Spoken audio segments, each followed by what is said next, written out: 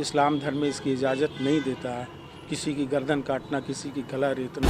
भारत देश में क्या अभी भी भाईचारा है या धीरे धीरे वो खत्म हो रही है? नहीं, भाईचारा तो है और ये रहेगा। अगर कोई मेरे धर्म को गाली दे कि इस्लाम धर्म गंदा है, हम अगर गाली दें कि हिंदू धर्म गंदा है, तो ये दोनों ऐसे लोगों को आप क्या संदेश देना चाहते हैं? दोनों का सोच गंदा है। ये लोग समाज के लायक ही नहीं है।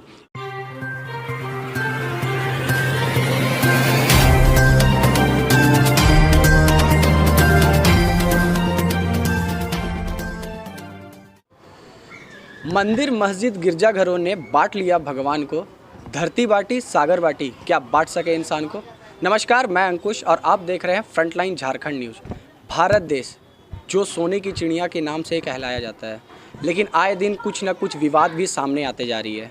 विवाद के दो ही तरह के ज़्यादा दिखते हैं, धर्म और जातिवाद। इसी के वजह से हमारे देश भारत देश में कई तरह के विवाद होते जा रहे हैं इन्हीं मुद्दों को लेकर। लेकिन कुछ ऐसे लोग भी हैं जो अपने धर्म के साथ साथ दूसरे का धर्म को भी उतना ही मानते हैं जितने खुद के धर्म को मानते हैं। तो चलिए हम इन्हीं विषय में आज बात करते हैं एक शख्स से जो दिन का 5 नमाज अदा करते हैं और साथ ही साथ शाम को भगवान की आरती में भी शरीक होते हैं। चलिए हम उनसे बात करते हैं। सबसे पहले तो स्वागत है हमारे फ्रंटलाइन झारखंड न्यूज़ में, और सबसे पहले आप अपना परिचय बता दीजिए हमारे दर्शकों को। मोहम्मद ज़फ़ीर खान, झारखंड प्रदेश उपाध्यक्ष युवा राजद के हैं और सामाजिक कार्यकर्ता भी हैं। और कई साल बरसों से हम लोग एक भारतीय संस्कृति को लेके हम लोग चले आ रहे हैं, जो आज आपको देखने को एक मिसाल मिल रहा है। रांची शहर में सेंटर पॉइंट है जहाँ पर वहाँ पर एक मिस्कार मोहल्ला के नाम से बस्ती है। इस बस्ती हमारे पूर्वज मेरे दादा जो थे शेख इलाही बख्श, उन्हीं ने सारे लोगों को बसाया भी है। और उसके साथ साथ एक मंदिर की भी निर्माण की, जो यहाँ पर 2-4-5 घर हिंदू महिलाएं रहती थी, जिनसे उनका रिश्ता था, भाई बहन का रिश्ता। उस रिश्ते के कारण एक मंदिर का निर्माण भी हुआ, जो उस समय पूरी जंगल थी इस क्षेत्र में। जंगल होने के कारण उन्होंने कहते थे कि देखो तुम्हारी जान प्राण का खतरा है, जानवर निकलता है, इसलिए हम मंदिर यहाँ बना देते हैं, तुम लोग यहीं पूजा करना। तो ये आस्था एक हमारे परिवारों ने रखा है, मुस्लिम परिवार लोगों ने, जो आज देखने को आपको मिल रहा है। सर, हमारे देश में जो आए दिन विवाद होती है धर्म और जातिवाद को लेके, इस बारे में आप क्या कहेंगे? देखिए, धर्म और जाति की लड़ाई अगर जो लड़ता है वो बिल्कुल समाज से प्रिय है। समाज में उसको जीने का, रहने का कोई अधिकार नहीं है। क्योंकि आप जब मुसलमान की इतिहास पढ़ेंगे, उसकी कुरान को पढ़ेंगे, उसकी हदीस को पढ़ेंगे मोहम्मद साहब की, तो उसमें साफ तौर पे ये लिखा हुआ है कि किसी भी जाति का टिप्पणी करना या उसके बारे में शिकायत करना, उसके बारे में बुरा भला बोलना, ये इजाज़त नहीं देता धर्म में। हिंदू धर्म में भी वही है, लेकिन लोगों को समझाए तो कौन समझाए? आज जो वो समाज के, जो उस जात के, उस समाज के ठेकेदार जो लोग बनते हैं, उसके ऊपर ये बहुत बड़ी जिम्मेदारी है। उनको समझाने की जिम्मेदारी है कि तुम्हारा धर्म क्या कहता है और इसके धर्म क्या कहता है। तो ये हिंदू मुस्लिम की जो लड़ाई है, ये राजनीतिक लड़ाई है, समाज को गंदा करने की लड़ाई है, क्षेत्र में, पूरी शहर में अमन और चैन की शांति को छीनने वाली लड़ाई है। ये लोग करते कौन है? ये जो धर्म की राजनीति करते हैं, धर्म के जो ठेकेदार हैं, वही लोगों की ये देन है। सांप्रदायिकता की देन है सबसे बड़ी। इस मुल्क में जो अगर जंग होता है एक दूसरे जाति के, तो इसके सबसे बड़ी इसकी उसका बेस उठा कर आप देखेंगे तो कोई ना कोई धर्म के लोग आपको मिल जाएगा जो उस धर्म की ठेकेदारी करते हैं। सर, कुछ दिन पहले आपने देखा ही होगा कि 2 मुस्लिम सामुदायिक वाले ने एक टेलर के दुकान में घुस के उसको हत्या कर दी और वीडियो भी डाला कि और खुलेआम धमकी दी। इस बारे में आप क्या कहेंगे? ये तो हम इसके केस की पूरी मजम्मत करते हैं। इस्लाम धर्म में इसकी इजाज़त नहीं देता है किसी की गर्दन काटना, किसी की गला रेतना। जो हुआ उसको हमको बैठ के उसको सलूशन निकालना था। आखिर मान लीजिए अगर नुपुर शर्मा ने टिप्पणी कर दी या सोशल मीडिया में उसके समर्थकों ने डाल दिया, उसकी केस तो अभी इस 4 हिंदुस्तान के सभी जिला थानों में केस भी हुआ, उस पर कार्रवाई होती।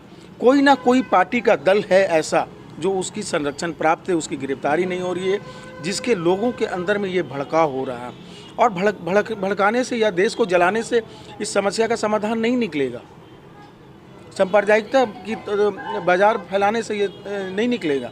इसका रास्ता है बैठ के अपने आप के लोगों को, समाज के लोगों को उसको सही दिशा दिखाने का, उसको बताने का कि आज समाज में ये लोग जो लोग हैं ये लोग गलत लोग हैं, इसकी बहकावे में लोग ना आवें। सर, एक अगर किसी ने बयान देता है, और आप भी ये देखते होंगे फेसबुक ट्विटर में आए दिन अलग अलग अपने धर्म के बारे में बताते हैं और दूसरे के धर्म को कुछ ना कुछ गालियां देते हैं, इस बारे में आप क्या कहेंगे? एकदम बिल्कुल गलत है ये। अगर कोई मेरे धर्म को गाली दे कि इस्लाम धर्म गंदा है, हम अगर गाली दें कि हिंदू धर्म गंदा है, तो ये दोनों ऐसे लोगों को आप क्या संदेश देना चाहते हैं? दोनों का सोच गंदा है। ये लोग समाज के लायक ही नहीं है। इन लोगों को रहने का अधिकार नहीं है समाज में।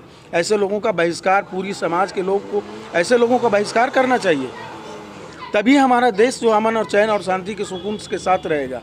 और जहाँ पर धर्म की राज होती, जहाँ धर्म के लोग एक दूसरे को गाली देंगे, वहाँ धर्म कभी अमन और चैन के साथ रह ही नहीं सकता है। हम तो लोगों को पैगाम देते हैं कि दूसरों की धर्म के बारे में कभी मत गाली दो, अपने धर्म के बारे में देखो कि तुम्हारा धर्म क्या कहता है, उसके बाद दूसरे के धर्म के बारे में बोलो। हमारे देश में एक सबसे बड़ा चीज़ आता है, वो है भाईचारा। हिंदू मुस्लिम ये सब कई ऐसे हैं जो हम लोग एक साथ हमारे भारत देश में रहते हैं। इस विषय में क्या कहेंगे कि भारत देश में क्या अभी भी भाईचारा है या धीरे धीरे वो ख़त्म हो रही है? नहीं, भाईचारा तो है और ये रहेगा, क्योंकि हिंदुस्तान एक ऐसा मुल्क है जो पूरी वर्ल्ड में सबसे अव्वल और नंबर 1 आता है, जहाँ यहाँ पर सभी जाति के लोगों को अपना अपना फंडामेंटल राइट है जीने का, बोलने का, सबका अधिकार है। तो ऐसा मुल्क हमको पूरी दुनिया में नहीं मिलेगा कहीं। भाईचारगी तो क़यामत तक रहेगी, क्योंकि हम लोग एक ही मनु की औलाद हैं। फ़र्क सिर्फ इतना है कि तुम हिंदू के घर में जन्म लिए, मैं मुसलमान के घर में जन्म लिया।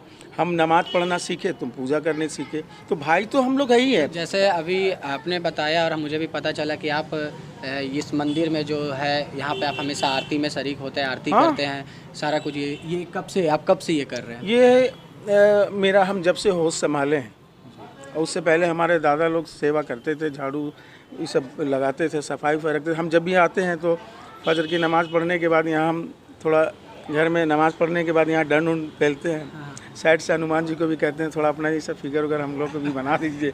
तो प्रेम है, प्रेम में कोई कमी नहीं है। और पंडित जी के साथ हमारा 24 घंटा उठना बैठना रहता है। जब भी आरती होती है तो हम लोग भी यहाँ बैठे रहते हैं। बहुत सारी महिलाएँ भी हैं यहाँ पर हॉस्टल में रहती, वो सब पूजा वूजा करने आती है। आज तक हम लोगों ने किसी को कोई टिप्पणी नहीं की, क्योंकि सबका माँ बहन, सबका परिवार सब एक सम्मान की तरह है। तो आज हम समाज के लोगों को ये चीज़ सीखना चाहिए।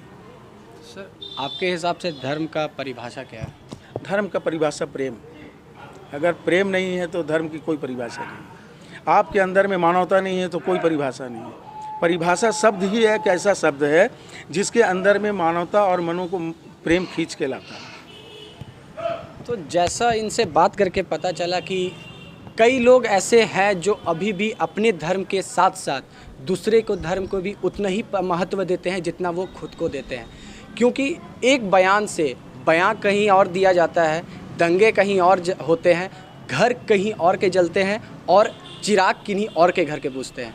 तो ये भाई का कहना है कि भाईचारा ही एक है जो हमारे देश को हमेशा से जोड़े रखा है। और ये जो जातिवाद से ये और धर्म जो होता है, ये जो लड़ाइयाँ चलती है, वो सिर्फ इनका ये लोग ही नहीं, जो और भी कई ऐसे लोग हैं जो इनको मानते नहीं हैं। और लोग जुड़े हुए रहते हैं दूसरे धर्म के, अपने धर्म के साथ साथ दूसरे के धर्म को भी उतना ही महत्व देते हैं।